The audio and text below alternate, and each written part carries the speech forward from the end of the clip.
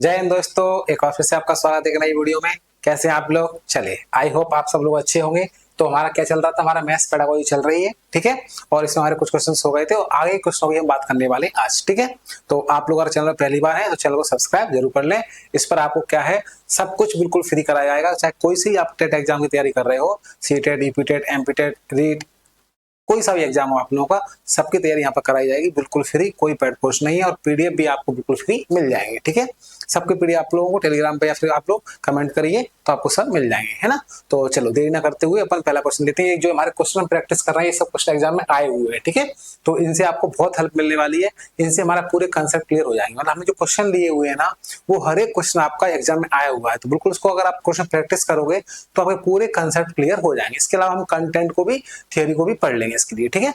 चलिए, तो आज का जो पहला क्वेश्चन है, ये क्वेश्चन हमारे हो चुके हैं ना, 10 क्वेश्चन हमारे हो गए थे। तो उसके आगे अपन बात कर लेते हैं, ठीक है। क्वेश्चन नंबर 11 से, ठीक है। क्वेश्चन नंबर 11 से बात कर लेते हैं। चलिए, तो आज का जो पहला क्वेश्चन है वो क्या है, देखते हैं जरा। विद्यालय में गणित शिक्षण का मुख्य लक्ष्य क्या है? What is the main M of the teaching mathematics in school? ठीक है, इंग्लिश में भी लिखा है और हिंदी में भी है, तो कोई दिक्कत वाली बात नहीं। आप लोग साथ में पढ़ते जाओ और समझाने में तो कोई दिक्कत आएगी नहीं आप लोगों को। पहला ऑप्शन है बच्चों की विचार प्रक्रिया का गणितीकरण करना है, यानी mathematisation of children's thought process, ठीक है। दूसरा है हमारा पाठ्य पुस्तक में दिए प्रश्नों को हल करवाना। या तीसरा उद्देश्य हमारा बच्चों को रोजगार योग्य बनाना और बच्चों का गणित से मनोरंजन करवाना। मतलब कहने का ये है कि टीचर गणित पढ़ा रहा है तो उसका उद्देश्य क्या है, बताओ। क्या बच्चों से मनोरंजन करवाओगे आप लोग? ये उद्देश्य नहीं हो सकता। बच्चों को रोजगार योग्य बनाना, भाई आपका काम गणित पढ़ाने से रोजगार मिल जाएगा उन लोगों को, है ना। पाठ्य पुस्तक में दिए प्रश्नों को हल करवाना, यानी solve the questions given the text book, ये हमारा लक्ष्य थोड़ी गणित पढ़ाने का, ठीक है। ये भी नहीं हो सकता। बच्चों की विचार प्रक्रिया का गणितीकरण, यानी बच्चों की सोचने की, विचार करने की जो थिंकिंग है ना, यानी विचार करने का जो दिमाग है उसका तेज चलने लगे, ठीक है। विचार करने की जो प्रोसेस है वो बढ़ जाए, ठीक है। तो ये हमारा उद्देश्य होगा। तो इसका आंसर हमारा क्या हो जाएगा? ऑप्शन नंबर ए, ठीक है। चलिए, अगला क्वेश्चन हमारा क्या देखते हैं। किसी विद्यार्थी में निम्न में क्या आंकना चाहिए? मतलब टीचर को पढ़ाते टाइम बच्चों में क्या आंकना चाहिए कि बच्चों के क्या कर रहे हैं, क्या नहीं कर रहे हैं, हमें क्या चेक करना चाहिए। देखते हैं जरा। गणितीय संप्रेषण यानी कि मैथमेटिकल कम्युनिकेशन, बिना समझे रटने की क्षमता, the ability to memorise without understanding, या शिक्षक को सुनने की क्षमता, या अवधारणाएं ना समझने पर भी प्रश्न ना पूछने की प्रवृत्ति। तो ये इसका आंसर हमारा कौन सा हो जाएगा? D option. क्योंकि बच्चों क्या है, अगर समझ में नहीं आ रहा फिर भी प्रश्न नहीं पूछ रहा है, ये हमें आंकना बहुत जरूरी है। क्योंकि बच्चा क्या करता है, श्रम के मारे समझ में नहीं आएगा तभी पूछता नहीं है। आप लोग पढ़े, आप लोगों ने देखा हो, हम लोग भी पढ़ के आए तो हम भी क्या करते थे, हमको समझ नहीं आ रहा चुप बैठे रहते थे कि भाई ठीक है, तो पूछेंगे तो बच्चा क्या, लोग शर्म करेंगे, भाई लोग हंसेंगे, अरे क्या पूछ रहा है ना। तो ये चीजें क्या है, ये सबसे मेन आंकना चाहिए, ठीक है। अगला क्वेश्चन है, गणित विषय का पाठ्यक्रम में महत्व है क्यों? गणित का मैथमेटिक्स में, मतलब जो गणित सब्जेक्ट है उसका पाठ्यक्रम में बहुत महत्व है भाई, बहुत ज्यादा क्यों है। मतलब कहते हैं कि गणित को पढ़ना ही चाहिए। तो क्या है, सबसे पहले विज्ञान विषयों के अध्ययन में सहायक है। हाँ, सहायक है बिल्कुल। विज्ञान विषयों में मैथ लगती है, फिजिक्स केमिस्ट्री देखो सब जगह मैथ लगता है। तर्कात्मक सोच को विकसित करता है, यानी थिंकिंग जो प्रॉब्लम होती है हमारी, डेवलप लॉजिकल थिंकिंग, सोचने वाली प्रवृत्ति को भी क्या करता है, डेवलप करता है। व्यवहारिक जीवन में उपयोगी है, बिल्कुल उपयोगी है भाई। यूजफुल इन प्रैक्टिकल लाइफ, हमारे हम कोई भी सामान खरीदते हैं मार्केट से, लेन देन करते हैं, सब पेमेंट बिना पैसों के थोड़ी होता है, बिना गणित के, ठीक है। और डी ऑप्शन क्या है इनमें से सभी, तो हमारा क्या रहेगा इसमें से, ये सब सही है आपके, ठीक है। तो ऑप्शन हमारा डी है ना, ऑल ऑफ दी एबव हो जाएगा। चलिए, अगला क्वेश्चन देखते हैं। जो विद्यार्थी ज्यामिति नहीं समझ सकते इस विद्यालय में नहीं आ सकते, यह कथन किसका है? मतलब ये कौन भाई, हमारा जो मनोवैज्ञानिक है या गणितज्ञ है, कोई भी है, वो ये कह रहे हैं भाई कि अगर बच्चे को ज्यामिति यानी ज्योमेट्री नहीं आती है तो वो विद्यालय में आ ही नहीं सकता। ये किसने किया भाई? तो ये आपको याद ही करना है, अरस्तु, हर्बर्ट, प्लेटो, हैमिल्टन। तो आप याद रखना है किसने, प्लेटो ने कहा है भाई ये कि अगर बच्चे को ज्योमेट्री नहीं आती है तो बच्चा विद्यालय नहीं आ सकता है। इनका क्या कथन था, ठीक है।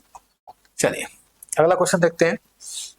कक्षा 2 के विद्यार्थियों को एक शिक्षक योग यानी जोड़ सिखा रहा है, निम्न में से कौन सी युक्ति का अनुसरण सर्वाधिक उपयुक्त है? ये आपसे पूछ रहे हैं, ठीक है। तो ये आपको बताना है। तो कक्षा 2 में शाब्दिक प्रश्नों को ना करा जाए, मतलब हम क्या कर रहा है, टीचर क्या कर रहा है, बच्चों को जोड़ सिखा रहा है, यानी कि योग सिखा रहा है। तो भाई बच्चे को क्या चाहिए, यहाँ पर 4 ऑप्शन दिए गए हैं, उसमें हमको बेस्ट ऑप्शन छांटना है। कक्षा 2 में शाब्दिक प्रश्नों को ना कराया, जो शाब्दिक प्रश्न आते हैं, जो वर्ड प्रॉब्लम्स आती है, उनको सोल्व ना कराएं। नहीं, ऐसा थोड़ी होता है कि भाई बुनियादी सोल्व नहीं कराएंगे, क्या केवल आंखिक प्रश्नों को हल कराएंगे? शब्दों वालों को भी तो कराएंगे, वर्ड प्रॉब्लम्स को भी।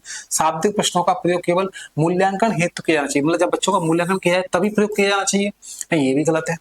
योग जोड़ को शाब्दिक प्रश्नों द्वारा प्रस्तुत करना चाहिए, ये सही हो सकता है। शाब्दिक प्रश्नों को अध्याय के अंत में कराना चाहिए, ऐसा नहीं है भाई कि भाई शब्द वाले प्रश्न आ गए, बच्चों को बोल दो बेटा ये शाब्दिक वर्ड प्रॉब्लम है, इनको बाद में कराएंगे वर्ड प्रॉब्लम को। ना भाई, ऐसा नहीं कर सकते है ना, बीच बीच में भी कराते, जैसे जैसे प्रॉब्लम आती है कराते जाओ।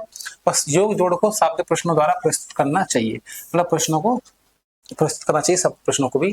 ठीक है, तो ये हमारा ऑप्शन सही रहेगा, उसका ऑप्शन नंबर सी। चलिए अगला देखते हैं। 1/3 के समतुल्य भिन्न लिखिए। कक्षा 4 के विद्यार्थियों से पूछा गया यह सवाल किसकी ओर अंकित करता है? मतलब बच्चों से ये बोल रहे हैं भाई कि जो 1/3 है ना, 1/3, इसको हमें क्या करना है, इसके समतुल्य भिन्न लिखना है। अब समतुल्य भिन्न भी गणित में आपको सिखाया है, नहीं सिखाया तो सिखाएंगे, हम गणित पूरा पढ़ाएंगे, बिल्कुल टेंशन ना लें। गणित की भी आपकी ऑल क्लासेज आपकी आएंगी, कोई से एग्जाम दे रहे हो आप, चाहे कोई सा भी टेट का हो, छोड़ेंगे नहीं। ठीक है, इसके समतुल्य लिखने मतलब क्या होगा? समतुल्य का मतलब होता है कि इसमें कोई सेम नंबर से मल्टीप्लाई कर दो ऊपर नीचे, तो जो भिन्न आती है वो इसके समतुल्य होती है। 2/6 और 1/3 एक ही बात है, क्योंकि जब काटोगे तो क्या आएगा, 1/3 आएगा, मतलब काटने पर सोल्व करने पर वही आना चाहिए, उसे हम क्या बोलते हैं, समतुल्य भिन्न। अब 1/3 में आप 4 गुणा कर दो मान लो, तो क्या आएगा, 4/12। तो ये भी क्या है, इसके समतुल्य, ये और ये दोनों सेम है, जो 4 × 4 4 × 12 कटने पर वही आता है। तो भाई ये क्वेश्चन कैसा हुआ, ये क्वेश्चन हमारा क्या निम्न स्तरीय क्वेश्चन है, ये तो कोई भी कर लेगा भाई, है ना। तो इसका ऑप्शन हमारा कौन सा बी हो जाएगा, निम्न स्तरीय मांग है, क्योंकि इसमें केवल प्रकरणकारी कौशलों की आवश्यकता होती है ना। Lower level demand task at its requires procedural skills only. ठीक है, और बाकी सब पढ़ लेना, ये सब गलत है, उच्च स्तरीय वाले तो ये सब रॉन्ग है इसका। ठीक है, चलिए अगला क्वेश्चन देखते हैं। सबसे उपयुक्त व्यू रचना जिसका प्रयोग धनराशि के योग की कुशलता को आत्मसात करने के लिए किया जाता है। इंग्लिश में क्या लिखा है, most appropriate strategy that can use to internalise the skill of addition of money is. तो भाई क्या है इसका, प्रतिरूपों का प्रयोग करना, भूमिका निर्वाह रोल प्ले, बहुत सारे सवाल, सूचना और संप्रेषण तकनीकी ऐसे का प्रयोग करना चाहिए। मतलब भाई बच्चे से क्या है, उपयुक्त व्यू रचना कौन सी हो सकती है, प्रयोग धनराशि की योग की कुशलता के लिए, धन यानी कि धनराशि यानी कि पेमेंट को जोड़ने के लिए कौन सी योग है, तो भूमिका प्रवाह यानी कि भूमिका निर्वाह यानी रोल प्ले। अगर बच्चों से रोल प्ले करवाओ तो सबसे बेस्ट होता है। ठीक है, बच्चे कोई चीज करके सीखते हैं वो सबसे बेस्ट माना जाता है। ठीक है, तो रोल प्ले सबसे बेस्ट रहेगा। चलिए अगला है, कक्षा 3 के विद्यार्थियों को आधे की संकल्पना पढ़ा रहे हैं। ठीक है, क्या पढ़ा रहे हैं, हाफ है ना, हाफ की संकल्पना पर क्लास 3 स्टूडेंट्स। तो यहाँ पर जो एक्टिविटी पढ़ा रहे हैं हाफ की संकल्पना, बच्चों को आधा करना सिखा रहे हैं। तो आधा करना सिखाने के लिए बच्चों को क्या करना चाहिए बताओ, यहाँ पर 4 ऑप्शन दिए हैं, तो आपको बताना है सिस्टमेटिक क्या करना चाहिए। तो सबसे पहले वही क्या करेंगे, देखो पढ़ते हैं ऑप्शन। चित्र दिखाता है जिसमें आधा प्रस्तुत किया गया है, मतलब पहले हम क्या बच्चों डायरेक्ट चित्र दिखाते हैं, चलो ये देखो चित्र, इसमें क्या देखो आधा दिख रहा है। दूसरा आधे का चिन्ह, बच्चों बताओ बेटा चिन्ह आधे का चिन्ह है, ऐसा बोल दें। या फिर बहुत सारे मूर्त पदार्थों को आधे में विभाजित करें, यानी कि बहुत सारे मूर्त पदार्थ लेके आए और उनको आधे में विभाजित कर दें।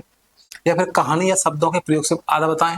तो ये चारों को सिस्टमेटिक जमाना है कि आप पहले क्या करना चाहोगे। तो देखो पहला काम तुम्हारा ये रहेगा भाई, देखो मूर्त पदार्थ है, बच्चा क्या होगा, जो मूर्त पदार्थ है जो चीज दिखती है बच्चों सामने, उन्हें हम क्या बोलते हैं, मूर्त। अमूर्त यानी जो दिखाई नहीं दे रहे, तो बच्चे के सामने हम मूर्त पदार्थ लेके आएंगे। मूर्त यानी कि ऐसे लकड़ी ले आए, एक गिलास ले आए पानी भर के, ठीक है, मूर्त फिर क्या उसको तोड़ के बताएंगे आप। तो पहले हम क्या लाएंगे बच्चों सामने, मूर्त पदार्थ लेके आएंगे। फिर उसके बाद क्या करना चाहिए, उसके बाद हम उनको चित्र दिखाएंगे। क्या करेंगे, चित्र दिखाएंगे जिसमें आधा प्रदर्शित किया गया है। ऐसे मान लो गिलास में आधा पानी भर दिया हमने और उसको दिखाई भर दो गिलास आधा भरा हुआ है, इस टाइप से। ठीक है, कोई भी आधा चीज है ना, ऐसे पेंसिल के 2 टुकड़े कर दो, लकड़ी लेके आओ उसके कर दो, दिखाओ उसको भाई आधा।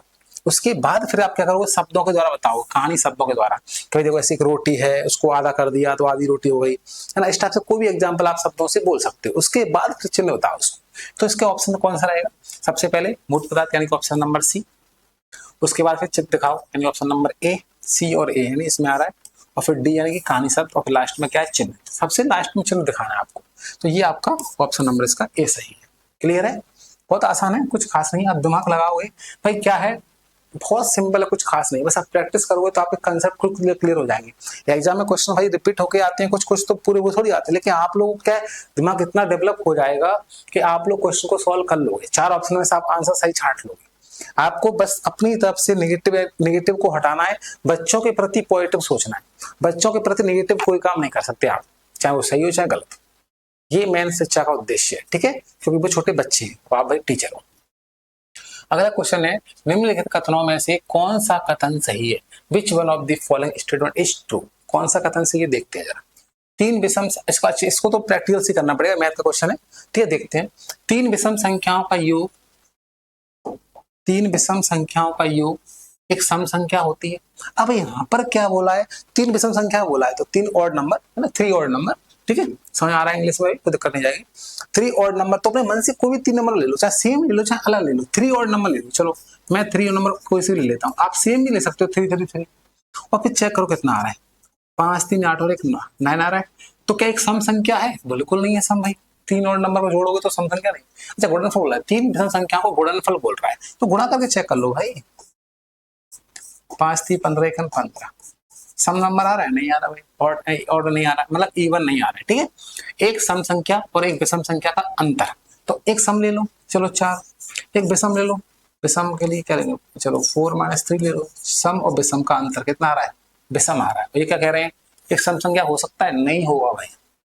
2 विषम संख्याएं और एक सम संख्या, 2 विषम ले लो, चलो 3 और 5 ले लो, और एक सम ले लो, चलो एक सम 2 ले लिया, और इनका योग क्या है? तो 5 3 8 और 10 आ रहा है, यानी कि सम संख्या है, तो ये ऑप्शन तो सही है हमारा। और तीसरा है 3 विषम संख्याओं का योगफल, 3 विषम संख्या को जोड़ोगे तो यहाँ पे जोड़ा था हमने 9 आया था, पहले हमने जोड़ लिया था, तो 9, ये भी तो क्या है? सम संख्या नहीं। तो ऑप्शन हमारा कौन सा हो गया? सी। तो ये तो अपने एग्जाम्पल से कोई भी नंबर जो बोलते जा रहे हैं वो करते जाओ, आपका आंसर निकल आएगा, ठीक है।